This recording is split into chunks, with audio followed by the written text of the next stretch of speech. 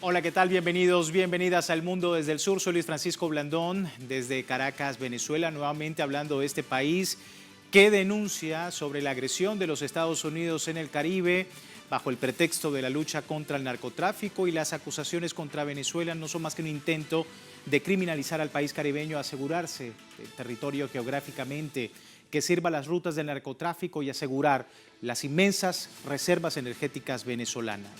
La vicepresidenta ejecutiva Delcy Rodríguez compartió datos de la ONU y de la propia DEA que desmienten lo que llama la farsa estadounidense y reitera que Venezuela es un país irrelevante en el escenario del narcotráfico internacional.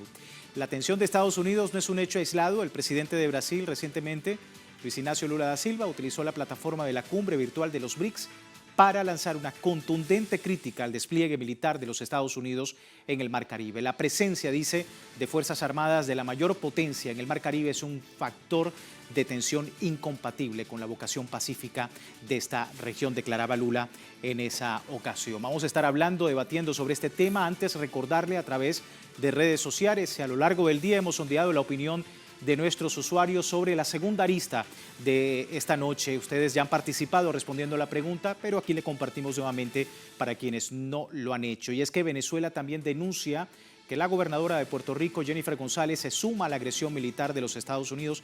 ¿Qué implicaciones cree usted tiene esta acción en el Caribe? Allí están las opciones: intento de remilitarizar Puerto Rico, la estrategia para reforzar el régimen colonial, avanzan planes guerreristas de los Estados Unidos en el Caribe, o más intimidación contra Venezuela. Si no ha participado, el código QR le estaremos revisando y asociando las respuestas más adelante.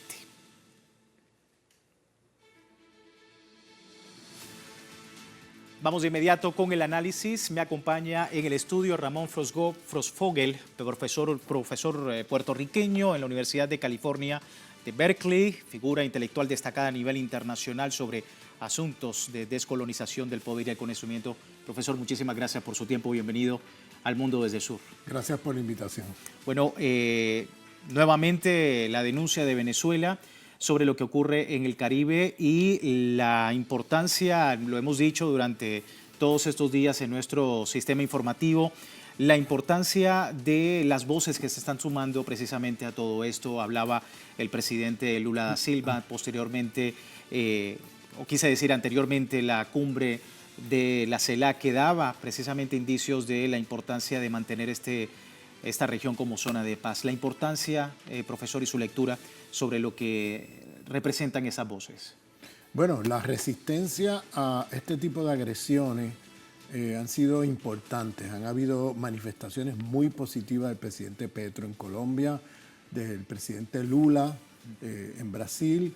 Han habido manifestaciones incluso del presidente Putin en Rusia. Muy fuertes declaraciones contra Trump de parte del presidente Putin, que ha sorprendido a mucha gente porque después de todo mucha gente no esperaba que Putin tuviera una reacción, dado lo que tiene en su agenda al frente, que es la guerra de Ucrania, que se pronunciara de esa manera críticamente de Trump, de una manera contundente. Entonces, Venezuela no está aislado, tiene mucho apoyo en el mundo, en la región, contra este tipo de agresión militar y provocación del imperialismo estadounidense en aguas del Caribe, en la parte norte de las costas venezolanas. Entonces, es realmente, yo creo que la reacción ha sido muy positiva a favor de Venezuela.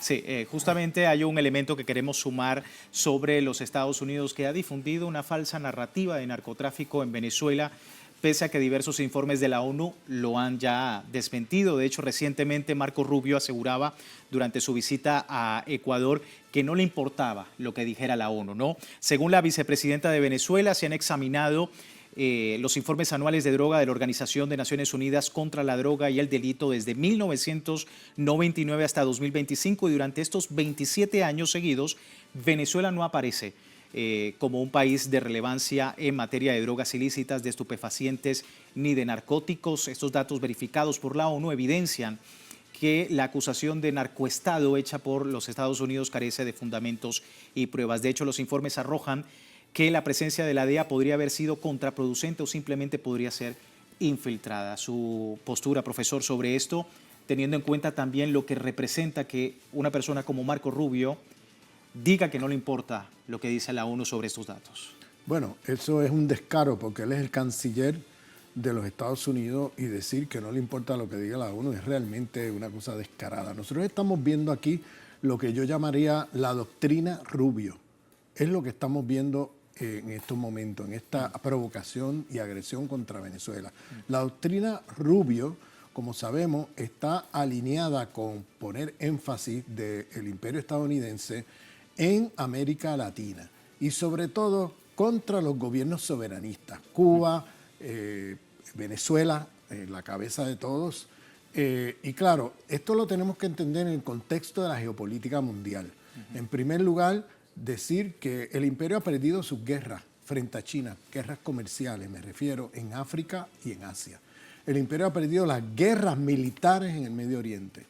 El imperio recupera Europa con la guerra de Ucrania, recupera los mercados europeos, desplaza y saca de los mercados las empresas rusas, pero el imperio, Europa no le ofrece mucho al imperio estadounidense. El imperio estadounidense lo único que le queda como lugar de riqueza, como imperio, es América Latina. Entonces ellos lo que buscan es una escalada para recuperar lo perdido. ¿A qué me refiero? Recuperar lo perdido en los mercados frente a China, en América Latina. China ha estado, vamos a ponerlo así, con una amplia mayoría en términos de exportación e importación sobre los Estados Unidos en muchos países de América Latina, incluyendo un país como Chile, que podríamos decir una neocolonia americana, pues el mayor socio comercial de Chile en importación y exportación no es Estados Unidos, es China. Entonces, y claro, no solamente contra China, Rusia y otras potencias emergentes para recuperar los mercados latinoamericanos, sino también ir contra los gobiernos soberanistas, porque ellos quieren también recuperar como imperio la soberanía sobre los territorios de nuestra región. Y los gobiernos soberanistas son los que le han puesto un muro al avance del imperialismo de la región. Venezuela, sobre todo, es el bastión que para ellos es más importante porque Venezuela es un país muy rico en muchos recursos, desde petróleo, que tiene las reservas de petróleo más grandes del mundo, oro, que tiene una de las reservas también de oro más grandes del mundo, tiene minerales estratégicos para, por ejemplo, la electrónica, empresas militares, celulares, computadoras, tiene tierras raras, que también es algo que el imperio necesita urgentemente. Entonces, la ofensiva del imperio es tratar de recuperar toda esa riqueza en la región y Venezuela se convierte en objeto de deseo desde hace rato porque es un país muy rico que ellos quisieran de alguna manera recuperar la soberanía que ellos tenían, el control imperialista que ellos tenían, para decirlo de manera más precisa, sobre la economía venezolana. Entonces, ese es el contexto, ¿verdad?, sobre lo que se monta esta escalada. Y el otro aspecto es la derrota en Bolivia. La derrota en Bolivia también envalentona al imperio, o sea, le da, dice, bueno, pues ya acabamos con Ecuador, acabamos ya con Bolivia, ¿y qué queda? Queda Venezuela. Entonces, ¿cómo le hacemos? ¿No? Y entonces, yo creo que esto es una provocación precisamente buscando cómo de alguna manera intervenir, ver cómo están midiendo las aguas, cómo reacciona Venezuela, cómo reacciona el mundo, cómo reacciona. Están viendo para ver qué van a hacer con la situación venezolana. Y yo creo que Venezuela está más que preparado. Sí, y lo cierto es que también ha tenido una respuesta por parte del sur global. Hablaba de China y justamente en los BRICS, en su intervención en la cumbre de manera virtual, el presidente Luis Ignacio Lula da Silva instaba a las voces de Latinoamérica a unirse en defensa de la soberanía regional ante el próximo encuentro de la ONU. Esto decía el primer mandatario brasileño. Latin America and the Caribbean region made an option since 1968 to become a zone free of nuclear weapons. For almost 40 years, we are a zone of peace and cooperation. The presence of armed forces the biggest power in the Caribbean Sea is a factor of tension that is incompatible with the Pacific peaceful vocation of this region. Dear friends, in 2 weeks we will be gathered in New York City, New York, for the 80th General Assembly of the United Nations. This will be an opportunity for us to speak with one sole voice in the defense of a reinvigorated multilateralism. We should move forward in enhancing the Security Council of the UN, incorporating new permanent and non-permanent members from Latin America, from Africa, and from Asia. Ahí teníamos, profesor, al presidente de Brasil, que entre otras cosas decía que la próxima Asamblea General de la ONU va a ser pues una importante oportunidad para desde el continente hablar del multilateralismo y efectivamente contra esta agresión en el Caribe. Sí, me parece una buena iniciativa llevarlo a la Asamblea General de la ONU.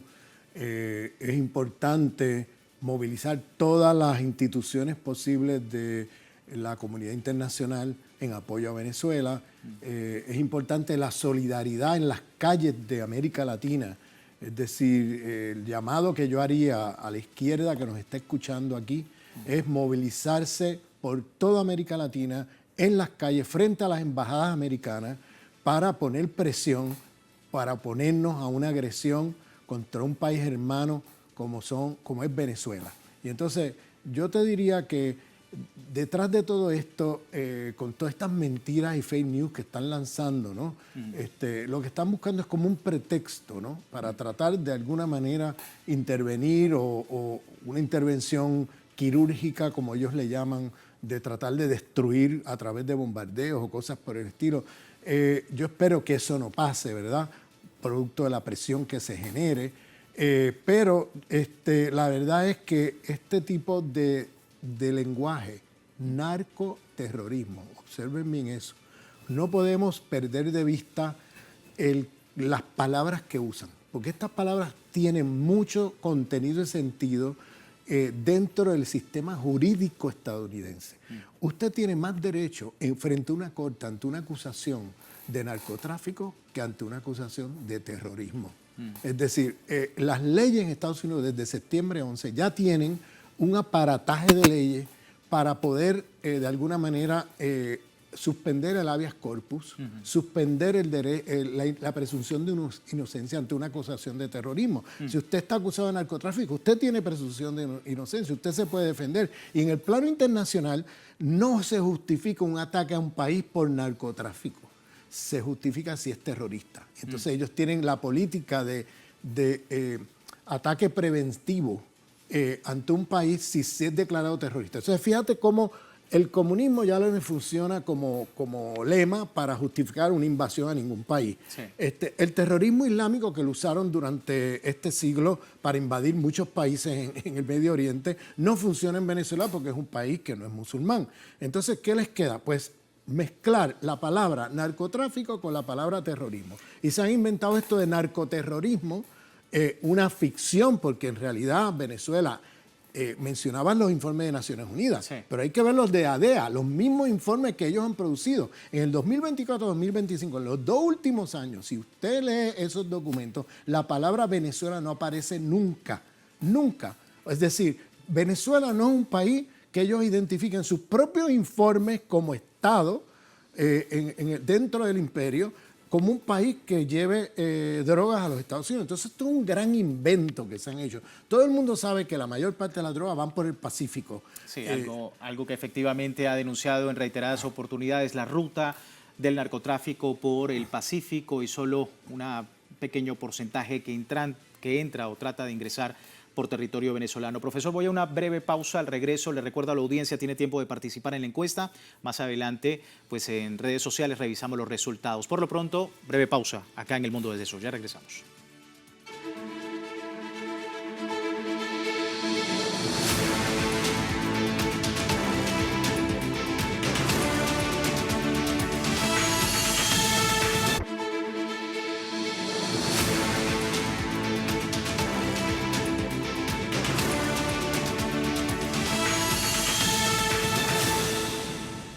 Gracias por seguirnos en El Mundo desde el Sur, hoy hablando de Venezuela, hablando del Caribe y justamente en una entrevista con el expresidente ecuatoriano Rafael Correa, el presidente de Venezuela, Nicolás Maduro, denunciaba las amenazas estadounidenses en el Caribe y sus posibles implicaciones geopolíticas. El mandatario nacional explicó que la presencia de 8 buques de guerra, un submarino nuclear y más de 1000 misiles en la región responde a un plan para promover un cambio político en Venezuela. A esto se le suma las acusaciones de narcotráfico al país sin ningún tipo de fundamento y la duplicación de la recompensa del presidente Nicolás Maduro recientemente. Por su parte, ha hecho énfasis en que se ha abierto el diálogo, pero que rechaza rotundamente estas amenazas a la soberanía nacional. Y en todo este escenario, pues también denunciaba que la gobernadora de Puerto Rico se ha sumado al plan militar de Estados Unidos contra Venezuela. Esto decía. Bueno, tienen 8 barcos ahora, 1.200 misiles apuntando a nuestras cabezas. Tienen un submarino nuclear. Y ahora dice que tienen a Puerto Rico, que en Puerto Rico llegó el jefe del Pentágono. Y la gobernadora de Puerto Rico dijo que Puerto Rico era la base para una operación militar contra Venezuela. Lo dijo. La gobernadora de Puerto Rico se suma a un plan militar. Yo le digo a la gobernadora de Puerto Rico, si usted dice que usted va a invadir a Venezuela, venga de primera, ¿oyó? En el primer barco se baja usted, que aquí la van a esperar las mujeres venezolanas, ¿oyó? Y yo sé que el pueblo de Puerto Rico se va a oponer a que se convierta Puerto Rico en la base militar para agredir a sus hermanos de Sudamérica, a sus hermanos del Caribe. Ahí teníamos al primer mandatario nacional, Ramón Grossfogel, profesor universitario con nosotros. Profesor, la presencia de estos funcionarios estadounidenses en Puerto Rico y la postura ahora de la gobernadora, un frente militar hacia Venezuela, su postura. Bueno, yo como puertorriqueño, realmente es una vergüenza que la gobernadora de Puerto Rico se preste a estas maniobras de agresión a un pueblo hermano como el venezolano, que no le ha hecho ningún daño a Puerto Rico ni a nadie, ni a Estados Unidos ni a nadie. Esto es un invento imperial, todas estas acusaciones falsas de narcotráfico, de todos estos inventos que se hacen, para, como siempre hacen, para justificar de alguna manera una agresión a Venezuela.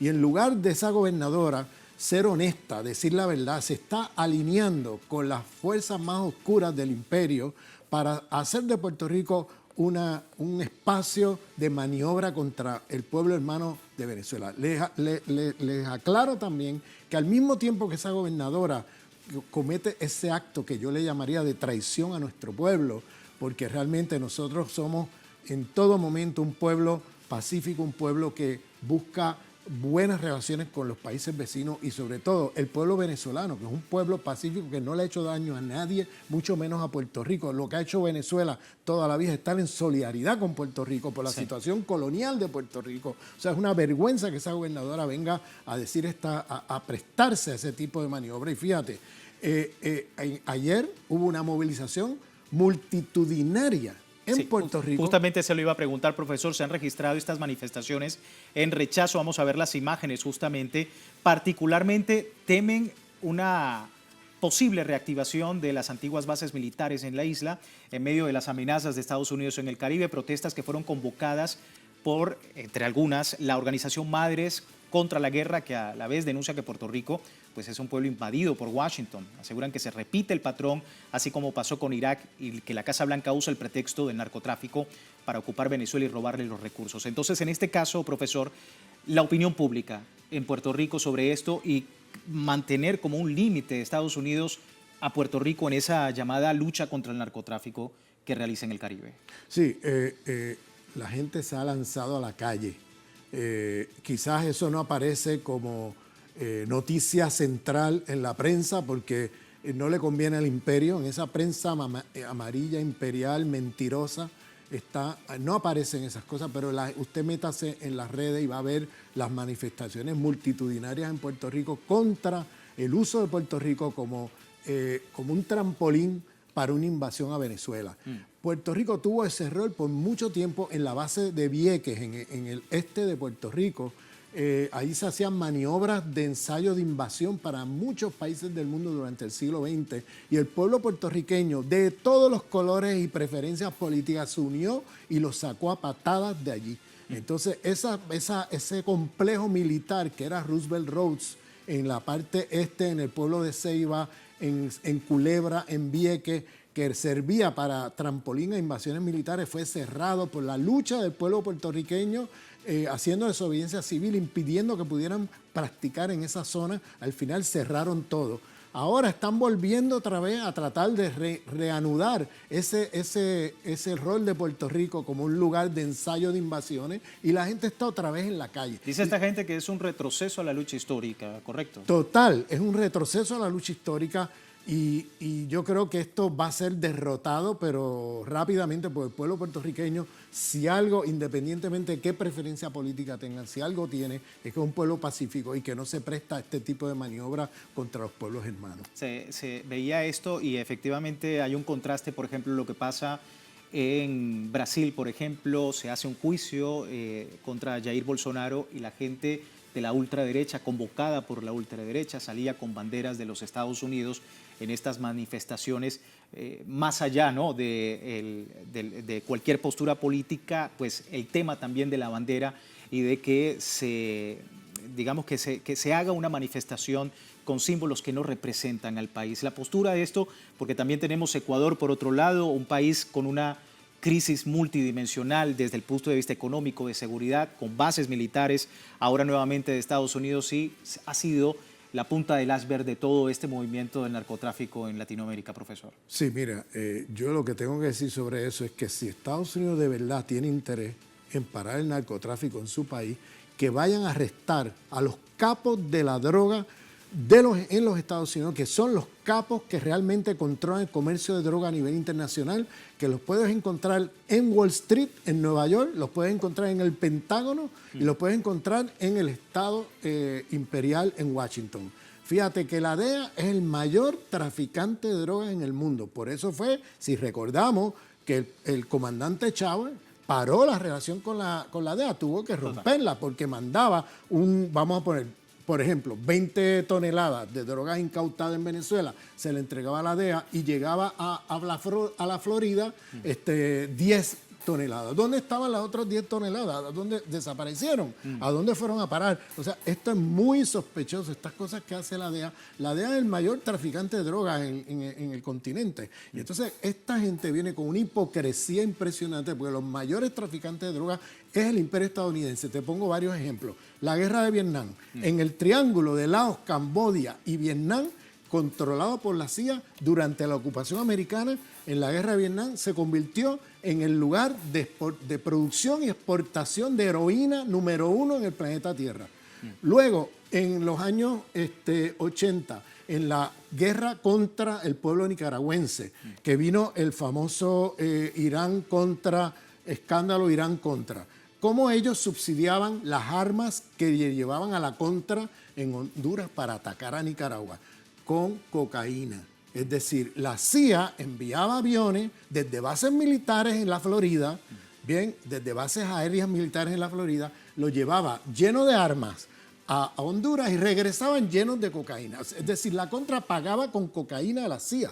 Y eso luego se redistribuía por las calles de los Estados Unidos. Eso fue un escándalo tan grande que la CIA tuvo que admitir que eso estaba pasando, pero ellos usan un término eufemista para no tener que dar mucha más explicación. Reconocieron que sí estaban haciendo eso, pero dijeron que por razones de seguridad nacional no pueden decir nada. Entonces, con eso se lavan las manos y siguen haciendo lo mismo. Luego, en la guerra de Afganistán, Afganistán, que era un lugar que no tenía producción de heroína ni nada de eso, se convirtió durante la ocupación americana durante 20 años en el lugar de exportación de heroína número 1 del planeta Tierra. Entonces, ¿por qué se meten ellos en todo eso? Porque el lavado de ese dinero se hace en la banca de los Estados Unidos y en Wall Street. Es decir, todo ese dinero va a parar a Wall Street, al mercado de la bolsa de valores en la ciudad de Nueva York. Y ellos lavan el dinero por ahí. Entonces, por eso ellos están metidos de cabeza en el tráfico de drogas a nivel internacional. Sí, volviendo, profesor, ya me queda un minuto para terminar, pero quería también su mensaje, porque usted daba el mensaje a los pueblos latinoamericanos, en este particular al pueblo puertorriqueño, sobre todo lo que está ocurriendo. Sí. Bueno, mi llamado al pueblo puertorriqueño es hacer lo que vienen haciendo en los últimos 2 días, lanzarse a la calle en protesta, hacer desobediencia civil, que eso se hizo durante la lucha contra la presencia militar en el este de la isla, en Vieques y en otros lugares, donde el pueblo brincaba la verja y se metía allí en el medio para que no pudieran bombardear ni hacer ninguna práctica militar. Tenían que parar las prácticas continuamente hasta que se les hizo imposible el uso de esa zona para hacer maniobras militares para agredir a otros pueblos. Y eso es lo que nos toca hacer hoy a los puertorriqueños. Desobediencia civil, movilizaciones en las calles de Puerto Rico, no dejar que Puerto Rico se normalice este tipo de operaciones de agresión a pueblos hermanos. Profesor, muchísimas gracias por su tiempo con nosotros. Ramón Grossfogel, profesor universitario puertorriqueño de California en Berkeley, y a propósito pues, de esta situación en el Caribe, la situación con Puerto Rico y por supuesto la denuncia de Venezuela, esa reiterada denuncia contra la agresión de los Estados Unidos. Rápidamente, antes de terminar el programa, revisamos los resultados de la encuesta que publicamos recientemente. Venezuela denuncia que la gobernadora de Puerto Rico, Jennifer González, se suma a la agresión militar de Estados Unidos. ¿Qué implicaciones cree usted tiene esta acción en el Caribe? 36% de los usuarios a esta hora dice intento de remilitarizar Puerto Rico. 13% dice que es una estrategia para reforzar el régimen colonial. Un poco más arriba, 28% dice que avanzan planes guerreristas de Estados Unidos en el Caribe, y un 23% también cerca allí más intimidación contra Venezuela. A todos ustedes, muchísimas gracias por participar. Me despido, no sin antes recordarle www.telesurtv.net, con nuestra señal en tiempo real, siempre con una perspectiva del mundo desde el sur. Soy Luis Francisco Blandón. Gracias por preferirnos.